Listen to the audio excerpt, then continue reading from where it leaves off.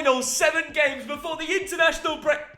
I'm not filming, Theo. Why? I'm on strike. What do you mean you're on strike? Solidarity with Gary Lineker. What have I done to be in this situation? I didn't sack you in the end. Theo, you're all the same, you lot. Thogdad, we need to get straight into this, and we have a very special guest. But firstly, I don't want to say this, but I will. Seb on golf, what a guest, 9 points. Me, 12 points. 15 points, Theo. How'd you do that? And every time I come first, I buy a new football shirt. We have an unbelievable guest. Now, I'm going to read this out. She's breaking records all over the game. She works for MUTV, BT Sport, CBS, Sky. She became the first female to commentate on a live Premier League match for Sky last month. Round of applause for that. And you know what, you guys, we need the TDL to join in. Every like equals 1 respect for Pien. She is on Premier League predictions for the first time. Brilliant, Theo. You are striking a blow for women in football, women in the commentary box. Brilliant. And I'm sure she's going to beat us with her ball knowledge. Well, I do a little bit of everything, but at the moment, probably more well known for doing the commentary for BBC and Sky Sports. So covering Premier League games and then also doing a bit of women's football as well. So following the WSL. And then the Women's Champions League is coming back next week as well. So keeping a close eye on that. I've got a couple of games coming up with that one. So yeah, it keeps me nice and busy.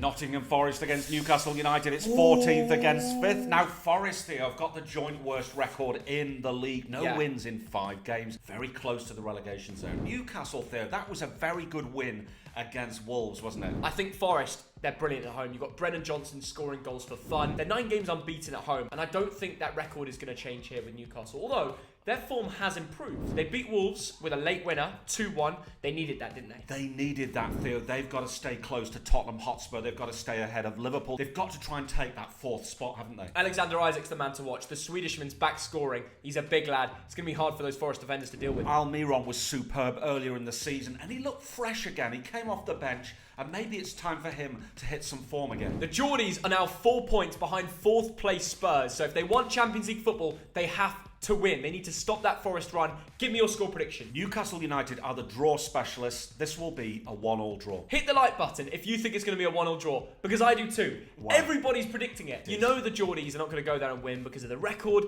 but you know Forest aren't going to find a way of winning because they're a good team. Let's go over to the first journalist who ever got the opportunity to speak to the Dutch United manager, Erik ten Hag. Pien Meulensteen, what are you going for? Yeah, do you know what? I think this is probably going to be quite a difficult one. Nottingham Forest, such a good home run recently, haven't they, in the Premier League, the City Ground. They are a tough team to beat at home. They haven't got Chris Wood, though. He's injured, but obviously can't play against Newcastle either, his parent club. Yeah, I think it'll be a tricky one. I think it's going to be tight, and it'll probably be 2-1 to Newcastle, only because they sort of slipped up a little bit recently in terms of trying to gain that ground. I think this might be a little bit too much of a test for Forest. I think their home run might come to an end in this one. Brentford against Leicester City, 8th against 16th. Now Brentford went 12 games without defeat. Then they lost to Everton, but they won tonight, didn't they, Theo? And we were at that same game that happened tonight of filming, which is Southampton against Brentford. Last year, they got new owners. I think they smashed them 4-1.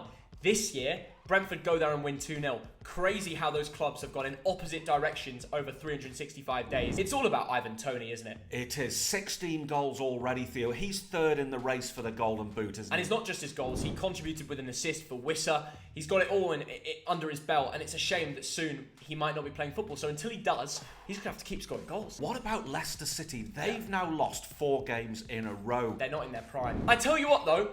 They're going to find their prime form because they've beaten Brentford the last 4 times in a row. I have a funny feeling this will be like the Everton game where the Bees just don't click and Leicester come away with a win. I'm telling you now, they're going to win this game 2-1. Maddison to score the winner. All I can say, Theo, is somebody at the door. Yeah, it's Jeremy Beadle. Leicester will not beat Brentford. It's going to be 2-1 to the Bees, and someone is going to confirm it over in Salford. And this lady is smart, Theo. She's smarter than you. She's got a first-class degree from Salford University. That's pretty good. Pien, what do you reckon? Brentford against Leicester. The Bees have been on incredible form and helped them get to 8th. They may even be in Europe soon. But Leicester City go in the opposite direction. No, not really for Leicester. It's been an interesting one because they can have these fantastic performances and then you think, oh, Leicester are back, they've got their mojo back a little bit, and then they kind of do Leicester things. Whereas they have to go to a Brentford side who I just think they're not scared of any team, especially at home. They've been so good. I love having them in the Premier League. I think they're a brilliant addition to the Premier League, and I think they'll be really sort of tricky team for Leicester to come up against. So I'm going safe, but I think it'll be a 1-0 win to Brentford. Southampton in 20th against Tottenham Hotspur in 4th. And Southampton, Theo, a great point away at Man United at Old Trafford. But then they go and lose at home to Brentford. I don't know what's going to happen with the Saints, because if you look at the 5 last games that they've played Spurs at home, they've won 2, they've drawn 2, they've lost 1, but arguably they've never been in a worse position. They've got 7 points in the last 5 games. That ain't bad, Theo. So they're going in the right direction, even though they're bottom. Double for Kane, single for Son. It's like what we know from Antonio Conte. And that's without Bentancur and a lot of lads. But I want to mention that Richarlison incident. What did you think about that? He scored. He tried to blame it, like his celebration on Conte, having a laugh at him, and then the goal got disallowed. It was very Spursy. I get a lot of stick from Southampton fans, but I always predict that they're going to lose. And I'm going to do it again, because Spurs can be a bit Spursy on their day, but they're better recently. Southampton 1, Spurs 2. I find it crazy how Tottenham, week in, week out, decide to be a completely different club. And I don't know what's going to turn up. So I'm just going to sit here and say Southampton 0, Tottenham 1. Wow. Kane to score. So the Saints don't have many players that are ones to watch, but one lady who is a one to watch, and she won an award for that just last week. It's Pien. What are you going for? Yeah, this is a tricky one, isn't it? Southampton obviously desperate for points. Under Ruben Sayes, it's an interesting one because I don't know whether he's really figured out what his favourite starting 11 is yet. Which is fair enough because he's not had that many games yet under them. They can put in some great performances, but it's whether they're going to be able to get there all the way to the end. And like you say, you don't know what kind of Tottenham Hotspur is going to pop up, which I suppose actually might work in the favour for Southampton, because they'll go into this thinking, anything can happen in this game, so we need to give it our absolute all. For Tottenham, their league position doesn't actually look that bad, and they could, because Manchester United aren't playing, could go ahead of them into 3rd of the Premier League table if they get the 3 points. I think it's going to be, because Southampton at home, I think they will score, but I think it's going to be 3-1 to Tottenham. Aston Villa against Bournemouth. It's 11th against 18th, and Aston Villa have gone into one of those good spells again. They've got 7 points from the last 3 games. They're heading to the top half. Can they make it? I think it's incredible what Unai Emery's doing there, and it's doing it quietly. Potentially their first top half finish since the 2010-11 season. And playing against their cherries, their favourites. But let's not write off Bournemouth. They beat Liverpool last week, and they were good, weren't they? Do you know They what? deserved it. There aren't many Cherries fans, so let's see how many can accumulate. If you are a Bournemouth fan, hit the like button. I respect them recently because Philip Billing is on form of his life. Yes. They just beat Liverpool. They did it by playing well and by neutralising Liverpool. I was very impressed by that team performance. Their chances of survival before that Liverpool game was 33.2%. And it went to 54.2% after. But the thing about this relegation scrap, What is it, the bottom 8, is that those teams have won 5, 6 or 7 games. So if you can win 2 games out of the next 3 or 4, you're out of the relegation zone. It's crazy, isn't it? At this point, I'm thinking Palace are more a chance going down than Bournemouth. Well, I'm going Villa to win 2-1. I'm saying 2-1 as well. I agree with you, and it's great because it makes me top of the points, which I'm stacking up. But I'm sure Pien is going to go different. Well, I'm actually doing this game on Saturday, so I'm looking forward to it. Yeah, so that's my game this weekend. So I've been doing a prep for that one. It's sort of a big game in terms of different positions. Bournemouth, again, trying to get themselves to safety. They've obviously coming off that back of that brilliant victory against Liverpool. They've had some tough fixtures. I mean, looking at them, they had Arsenal, obviously, which was an incredible game, that 3-2 win for Arsenal. But still, they were in it all the way to the end. And each time they've seemed to progress in terms of their performances and, of course, their results. I think this will be a tough one. I think it'll be a tight game. I hope it's not 0-0 for my sake, but I think it could be a 0-0. Really? Yeah. That's a mad prediction. Are you going for a 0-0? I know, but I hate doing that, but I think it actually might be. Wolverhampton Wanderers against Leeds United. It's 13th against 19th. Now, I tell you what, these two teams are in a relegation dogfight, aren't they? I mean, Wolves are in a better place. Leeds struggling. The problem with Wolves, first of all, we'll touch on them. 10 goals at home in 13 matches. In the Premier League. your home games are vital. That's where your fans are behind you to pick up the all-important goals and win. They're not scoring enough. They need more consistency. We saw a goal from Hwang Ki-chan against Newcastle, but we won't be talking about that because they lost. Javi Gracia got a result on his first match as the manager, and since then, it's got worse for them. And things have got worse as well because Tyler Adams, the treatment room is getting busier, and in my eyes, he's the best player for Leeds, so I can't see them winning here. Patrick Bamford came back, he got a goal, bit of a deflection. Harrison got a goal. Not a bad result against Brighton, but what worries me, I'll say it again, a 2-2 draw at this stage of the season. You've got to pick up a win from somewhere. Can they beat Wolves? Wolverhampton Wanderers 1, Leeds United 0. The Wanderers always have a tendency of beating Leeds, and I think it will happen again. We are the one and only Wanderers. That's Bolton Wanderers. That aside, I agree with your prediction, 1-0 to Wolves. Over to the lady who works for Manchester United TV. I don't see them doing it against Wolves. I think under Julian Lopetegui, Wolves have been brilliant. I think they've been tough to beat. The only thing that I think that Leeds will take a lot of confidence from was that 2-2 draw against Brighton. But I've been enjoying watching Wolves. I've been enjoying watching sort of Wolves starting to come back to being at their higher level. So I think it'll be a tough game for Leeds. I do think this could be quite an entertaining match, hopefully. You don't normally say that a lot, do you, with Wolves? But Wolves, yeah, I think it will. I think it could be, especially just because of the position that Leeds are in. So I think this might be a let's go with a.